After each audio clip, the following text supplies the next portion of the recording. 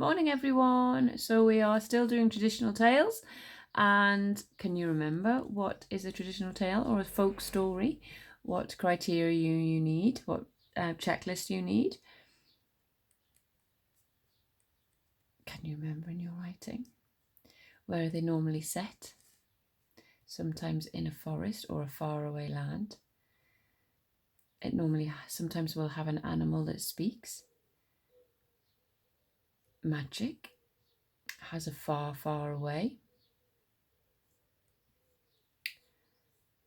Happily ever after. Now, can you remember which book I'm reading them from? I'm reading them from the Grimm brothers, the Grimm's fairy tales. And we're going to do The Dog and the Sparrow. Do you think these will have creatures that talk in them? So here we go. A shepherd's dog had a master who took no care of him, but often left him suffer the greatest hunger. At last he could bear it no longer, so he took to his heels, and off he ran in a very sad and sorrowful mood. On the road he met a sparrow that said to him, "Why are you so sad, my friend?"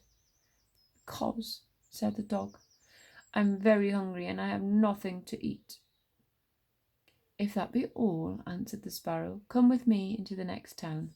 And as they passed by a butcher's shop, the sparrow said to the dog, "Stand there a little while, till I peck you down a piece of meat."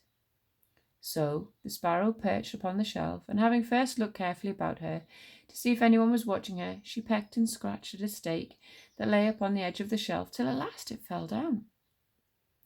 The dog snapped it up and scrambled away with it into a corner, where he soon ate it all up. "Well," said the sparrow, "you shall have some more if you like, if come with me to the next shop, and I will peck you down another steak." When the dog had eaten this too, the sparrow said to him, "Well, my good friend, have you had enough now?" "I've had plenty of meat," answered the dog, "but I should like to have a piece of bread to eat after it." "Come with me, then," said the sparrow, "and you shall soon have that too." So she took him to a baker's shop, and pecked at 2 rolls that lay in the window till they fell down, and as the dog still wished for more food, she took him to another shop and pecked down some more for him. When that was eaten, the sparrow asked him whether he had had enough now. "Yes, thank you," said he. "Well, now let us walk away a little out of town." So they both went on upon the high road, but as the weather was warm, they had not gone far before the dog said, "I'm much too tired. I'd like to take a nap." "Very well," answered the sparrow. "Do so, and in the meantime, I'm going to perch on that bush." So the dog stretched himself out in the road and fell fast asleep. Whilst he slept, there came by a carter with his cart and 3 horses, loaded with 2 casks of wine. The sparrow, seeing the carter, did not turn out of the way, but would go on in the track in which the dog lay, so as to drive over him, called out, "Stop, stop, Mr. Carter, or it shall be the worse for you." But the carter, grumbling on to himself, "You make it the worse for me indeed. What can you do?" cracked his whip and drove his cart over the poor dog, so that the wheels crushed the dog to death. "There," cried the sparrow, "you cruel villain, you have killed my friend the dog. Now, mind what I say, this deed of yours shall cost you all you are worth." "Do your worst and welcome," said the man. "What harm can you do to me?" And the carter passed on, But the sparrow crept under the tilt of the cart and pecked out the bung of one of the casks of wine until she loosened it, and all of the wine ran out without the carter seeing it. At last he looked around and saw that the cart was dripping and the cask was quite empty. "Oh, what an unlucky man I am!" cried he. "Not bad enough yet," said the sparrow, as she alighted upon the head of one of the horses and pecked at him until he reared up and kicked. When the carter saw this, he drew out his hatchet and aimed a blow at the sparrow, meaning to kill her, but she flew away, and the blow fell upon the poor horse's head with such force that he fell down dead. "Oh, unlucky man that I am!" cried the carter. "Not unlucky enough yet," cried the Sparrow. And as the carter went on with the other two horses, she again crept under the tilt of the cart and pecked out the bung of the second cask of wine, so that all the wine ran out. When the carter saw this, he cried again, "Miserable man that I am!" But the Sparrow answered, "Not miserable enough yet," and perched on the head of the second horse and pecked at him. The carter ran up and struck at her again with his hatchet, but again away she flew, and the blow fell upon the second horse and killed him on the spot. You'd think he'd learn, wouldn't you? "Oh, unlucky man that I am," said he. "Not unlucky enough yet," said the Sparrow, and upon perching upon the third horse, she began to peck at him too. The carter was mad with fury, and without looking about him or caring what he was about to do, he struck again at the Sparrow, but killed his third horse as he had done the other two. "Oh no! Alas, miserable man that I am!" cried he.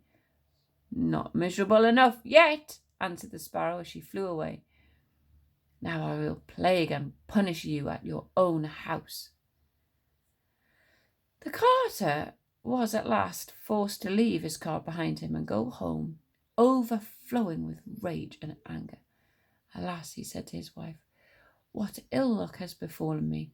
My wine is all spilt and all horses are dead." "Oh dear," replied the wife, "and a wicked bird has come into the house, has brought with her all the birds in the world,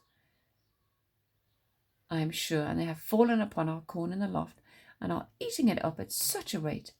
Away ran the husband upstairs and saw thousands of birds sitting upon the floor, eating up his corn, with the Sparrow in the midst of them.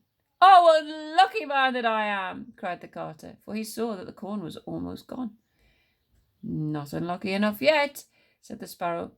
"You cruelly shall cost thee your life yet." And away she flew. The carter, seeing that he had lost all that he had, went down into his kitchen, was still not sorry for what he had done, but sat himself angrily and sulkily in the chimney corner. But the Sparrow sat on the outside of the window and cried, "Carter, thy cruelty shall cost you your life." With that he jumped up in a rage, seized his hatchet and threw it at the Sparrow, but he missed her and only broke the window. The Sparrow now hopped in, perched upon the window seat, and cried, "Carter, it shall cost you your life."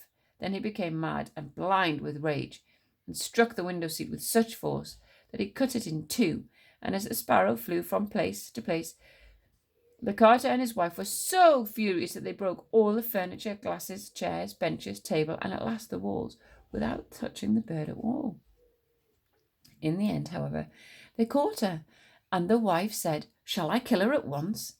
"No," cried he, "that is letting her off too easily. She shall die a much more cruel death. I will eat her."